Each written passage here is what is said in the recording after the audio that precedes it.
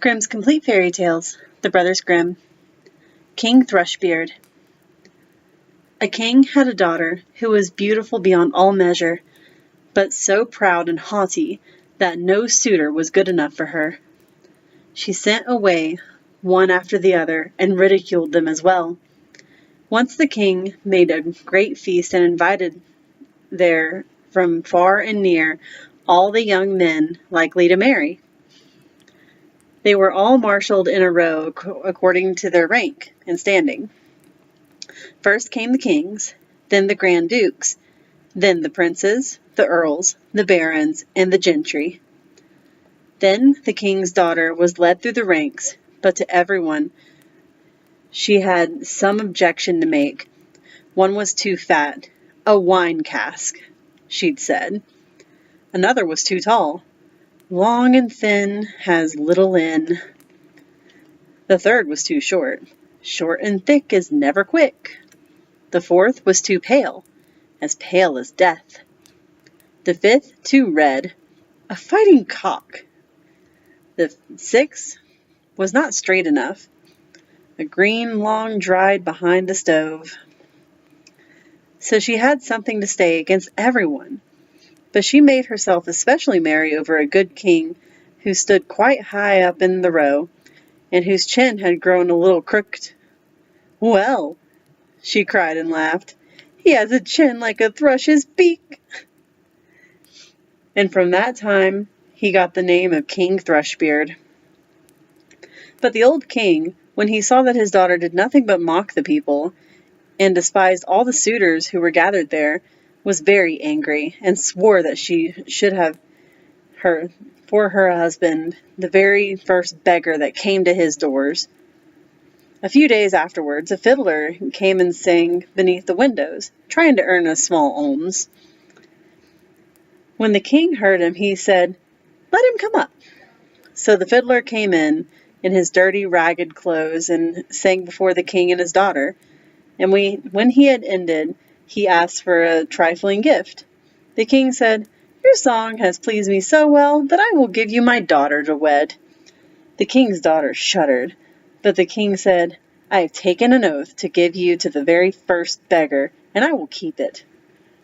All she could say was in vain. The priest was brought, and she had let herself be wedded to the fiddler on the spot. When that was done, the king said, "Now, it is not proper for you, a beggar woman, to stay any longer at my palace. You may just go away with your husband." The beggar led her out by the hand, and she was obliged to walk away on foot with him. When they came to a large forest, she asked, "To whom does that beautiful forest belong?" "It belongs to King Thrushbeard. If you had taken him, it would have been yours." "Ah, unhappy girl that I am! If I had but taken King Thrushbeard." Afterwards, they came to a meadow, and she asked again, "To whom does this beautiful green meadow belong?" "It belongs to King Thrushbeard. If you had taken him, it would have been yours." "Ah, unhappy girl that I am! If I had but taken King Thrushbeard." Then they came to a large town, and she asked again, "To whom does this fine large town belong?" "It belongs to King Thrushbeard. If you had taken him, it would have been yours." "Ah, unhappy girl that I am! If I had but taken King Thrushbeard." "It does not please me," said the fiddler, "to hear you always wishing for another husband. Am I not good enough for you?" At last they came to a very little hut, and she said, "Oh, goodness, what a small house! To whom does this miserable shack belong?" The fiddler answered, "That is my house, and yours, where we shall live together." She had to stoop in order to enter the low door. "Where are the servants?" said the king's daughter. "What servants?" asked the beggar. "You must do yourself what you wish to have done. Just make a fire at once, and set on water to cook my supper. I am quite tired." But the king's daughter knew nothing of lighting fires or cooking, and the beggar had to lend a hand to get everything fairly done. When they had finished their scanty meal, they went to bed, but he forced her to get up quite early in the morning in order to look after the house. For a few days they lived in this way, until they came to the end of all their provisions. Then the man said, "Wife, we cannot go any longer eating and drinking here and earning nothing. You must weave baskets." He went out, cut some willows, and brought them home. Then she began to weave, but the tough willows wounded her delicate hands. "I see that this will not do," said the man. "You had better spin. Perhaps you can do that better." She sat down and tried to spin, but the hard thread soon cut her soft fingers so that the blood ran down. "See," said the man, "you are fit for no sort of work. I have made a bad bargain with you. Now I will try to make a business with pots and earthenware. You must sit in the marketplace and sell them." "Alas," thought she, "if any of the people from my father's kingdom come to the market and see me sitting there selling, oh, how they'll mock me." But it was no use. She had to yield, unless she chose to die of hunger. For the first time she succeeded, for the people were glad to buy the woman's wares because she was good-looking, and they paid her what she asked. Many of them gave her the money and left the pots with her as well. So they lived on what she had earned as long as it lasted. Then the husband bought a new supply of crockery. With this, she sat down at the corner of the marketplace and set it down around her ready for sale. But suddenly there came a drunken hustler galloping along. He rode right amongst the pots so that they were all broken into 1,000 pieces. She began to weep and did not know what to do for fear. "Alas, what will happen to me?"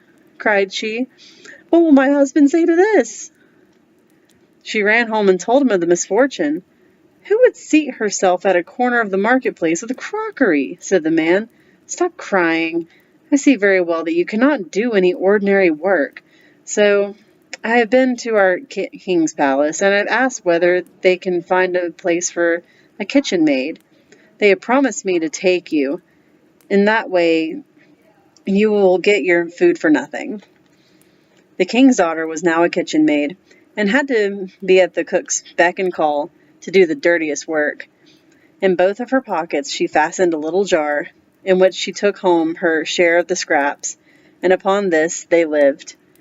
It happened that the wedding of the king's eldest son was to be celebrated, so the poor woman went up and placed herself by the door of the hall to watch.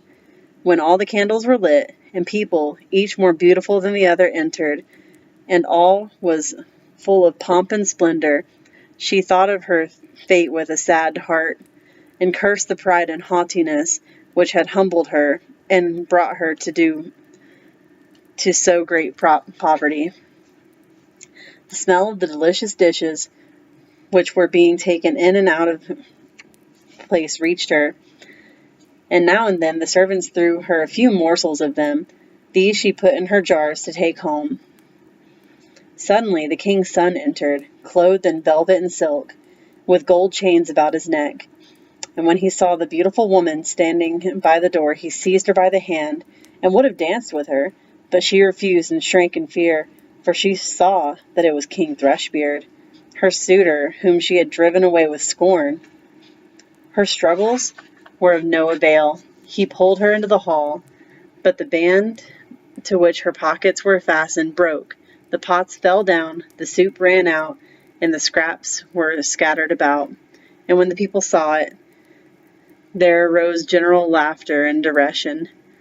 She was so ashamed that she would rather have been 1,000 fathoms below the ground. She sprang to the door and would have run away, but on the stairs a man caught her and brought her back, and when she looked at him, it was King Thrushbeard again. He said to her kindly, "Do not be afraid. I am the fiddler who has been living with you in that wretched pigsty. For love of you I disguised myself so, and also was the hussar who rode through your crockery. This was all done to humble your proud spirit, and to punish you for the insolence with which you mocked me." Then she wept bitterly and said, "I have done a great wrong. I am not worthy to be your wife." But he said, "Be comforted. The evil days are past. Now we will celebrate our wedding."